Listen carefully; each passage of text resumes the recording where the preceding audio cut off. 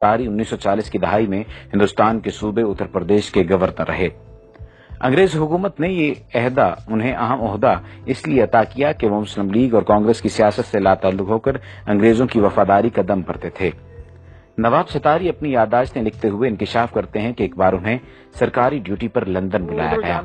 उनके एक पक्के अंग्रेज दोस्त ने, जो हिंदुस्तान में कलेक्टर रह चुका था, नवाब साहब से कहा, आइए आपको एक ऐसी जगह की सैर कराऊं जहां मेरे ख्याल में आज तक कोई हिंदुस्तानी नहीं गया होगा। नवाब साहब खुश हो गए। अंग्रेज कलेक्टर ने फिर नवाब साहब से पासपोर्ट मांगा कि वो जगह देखने के लिए हुकूमत से तहरीरी इजाजत लेनी जरूरी थी।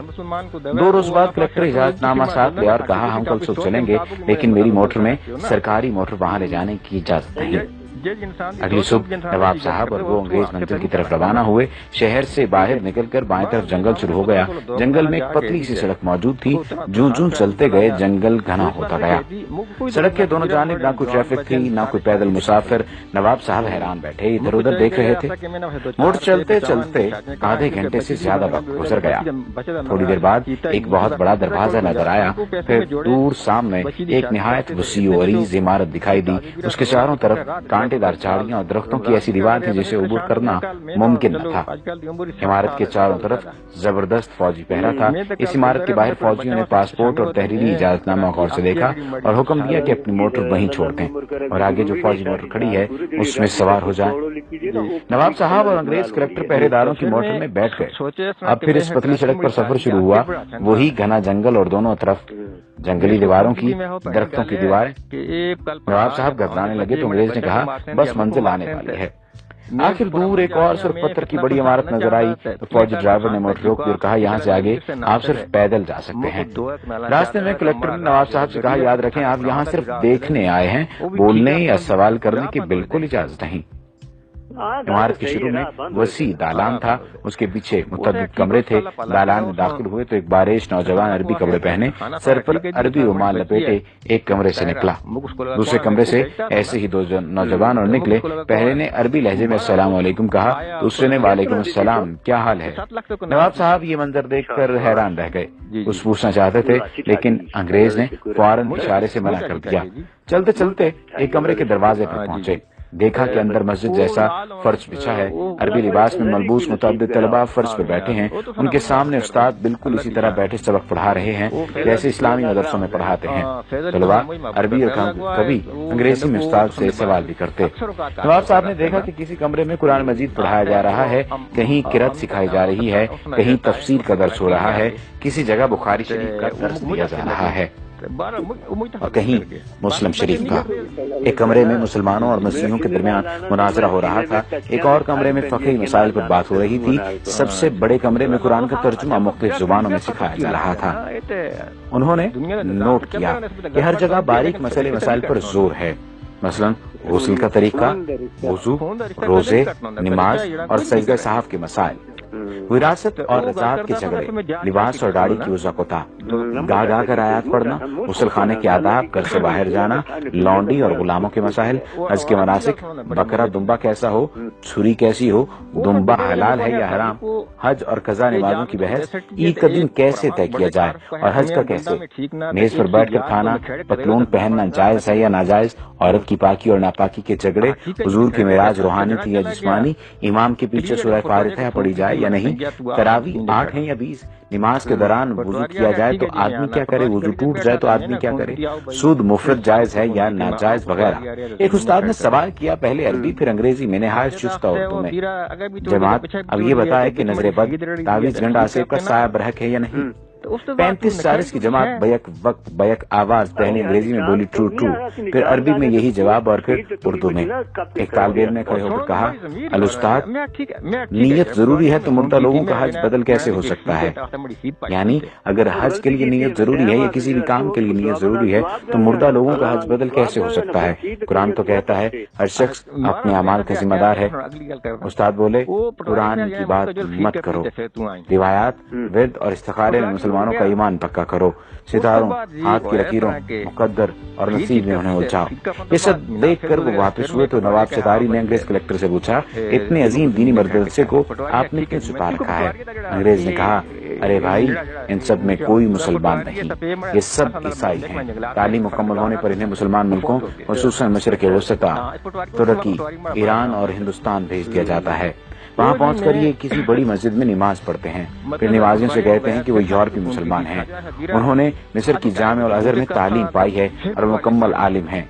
यूरोप में इतने इस्लामिक इदारे मौजूद नहीं कि वो तालीम दे सकें। वो सिर्फ 10 तनख्वाह नहीं चाहते, सिर्फ खाना, सिर छुपाने की जगह दरकार है। फिर वो मुअज्जिन, पेश इमाम बच्चों के लिए कुरान पढ़ाने के तौर पर अपनी खिदमत पेश करते हैं। तालीमी इदारा हो तो उसमें उस्ताद मुकर्रर हो जाते हैं, जुमे के खुतबे तक देते हैं। नवाब साहब के अंग्रेज मेहमान ने उन्हें ये बताकर हैरान कर दिया कि अजीम मदरसे की बुनियादी आदात ये हैं, मुसलमानों के रिवायात, जिक्र के वजीफों और नजरी मसाइल में उलझाकर कुरान से दूर रखा जाए। हुजूर अकरम सल्लल्लाहु अलैहि वसल्लम का दर्जा जिस तरह भी हो सके घटाया जाए। तब ये कहो कि आप सल्लल्लाहु अलैहि वसल्लम नौज बिल्लाह रिजल मशहूर यानी जादू ज़दा थे। उस अंग्रेज ने ये इंकशाफ भी किया कि 1920 में रंगीला रसूल नामी किताब राजपाल से इसी इदारे ने लिखवाई थी। इस तरह कई बरस पहले मिर्जा गुलाम अहमद कादियानी को झूठा नबी बनाकर खड़ा करने वाला यही इदारा था। इनकी किताबों की बुनियाद लंदन की इसी इमारत से तैयार होकर जाती थी। खबर है कि सुलेमान रुश्दी की किताब लिखवाने में भी इसी इदारे का हाथ है। खुदाया ऐसा न हो कि मगरब रहन में ही हमारा मेरा समाज रख ले। है फितना परवर निजाम आलम तो अपने मुस्लिम की लाज रख ले। अब जंगल की हवेली के एक मकीन से मुलाकात कीजिए। ये वाकया मेरे दोस्त हुसैन अमीर फरहाद के साथ कुवैत में पेश आया। वाकया उन्हीं की जुबानी सुनिए। ये 1979 का वाकया है। इन दिनों में कुवैत की कंपनी में मंदूबे ताल्लुकात आमा यानी अफसर ताल्लुकात आमा मौजूद था, यानी पब्लिक रिलेशन ऑफिसर। हमारी कंपनी के डायरेक्टर ने श्रीलंका से घर के कामकाज के लिए खादमा मंगाई। दूसरे दिन मुझसे कहा, इस खादमा को वापस भेज दो, वो हमारे किसी काम की नहीं, क्योंकि अरबी जानती है ना ही अंग्रेजी। मैं इसके दस्तावेजात लेकर मुतलका जगह पहुंचा तो पता चला कि फिलहाल श्रीलंकन सफारत मौजूद नहीं, अलबत्ता बरतानवी श्रीलंकन बाशिंदों के मामला देखते हैं। ब्रिटिश कौंसिल में इस्तकबालिया क्लर्क ने मेरा कार्ड देखा तो मिस्टर विल्सन से मिलाया। वो बड़े इत्तेफाक से मिले और बिठाया। जब उसने अंदाजा लगाया कि मैं भारतीय पाकिस्तानी हूँ तो उर्दू में कहा, मैं क्या खिदमत कर सकता हूँ। मैंने श्रीलंकन खादमा के मुतालिक बताया तो उसने कहा, कोई मसला नहीं, इसे हम रख लेंगे, आपको जो खर्च आया वो हम अदा करेंगे। ये बताओ कहाँ के रहने वाले हो? मैंने कहा पाकिस्तान। वो बोला, वो तो बहुत बड़ा मुल्क है। मैंने कहा पेशावर का रहने वाला हूँ। पश्तो में पूछा कौन सी जगह? मैंने बताया नौशहरा। जब मैंने गाँव का नाम बताया तो उसकी आंखों में अजीब चमक पैदा हो गई। फिर वो मुख्तलिफ लोगों को पूछने लगा। मैंने बताया कि कौन मर गया है और कौन जिंदा है। मैंने सोचा हो सकता है नौशहरा छावनी में मुलाजमत करता रहा हो, लेकिन उसकी उम्र ज्यादा नहीं थी। उसने कहा कुछ और कहानी सुनाई। फिर उसने काफी मंगाई। फिर इंटरकॉम पर क्लर्क से कहा कि इसके पास किसी को मत भेजना। वो इतना खुश था कि मैं बयान नहीं कर सकता था। उसकी खुशी दीदनी थी।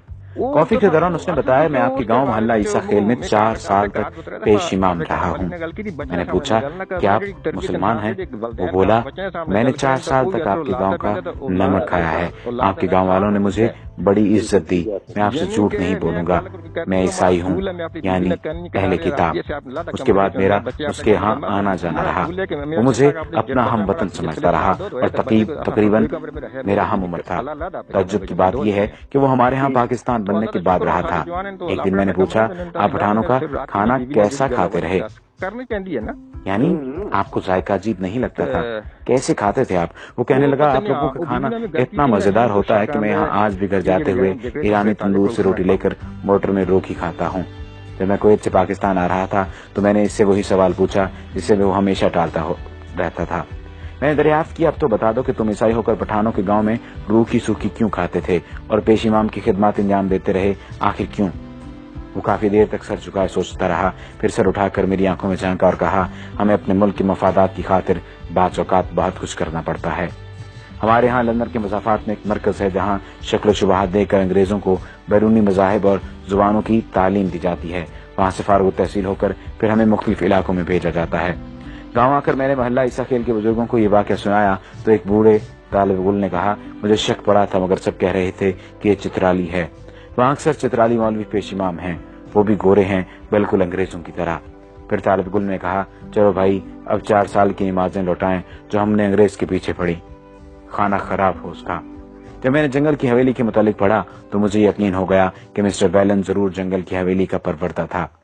یہ مضمون 90 کی دہائی میں اردو ڈائجسٹ میں شائع ہوا تھا۔ یہود و ہنود کی سازشیں بدستور جاری ہیں۔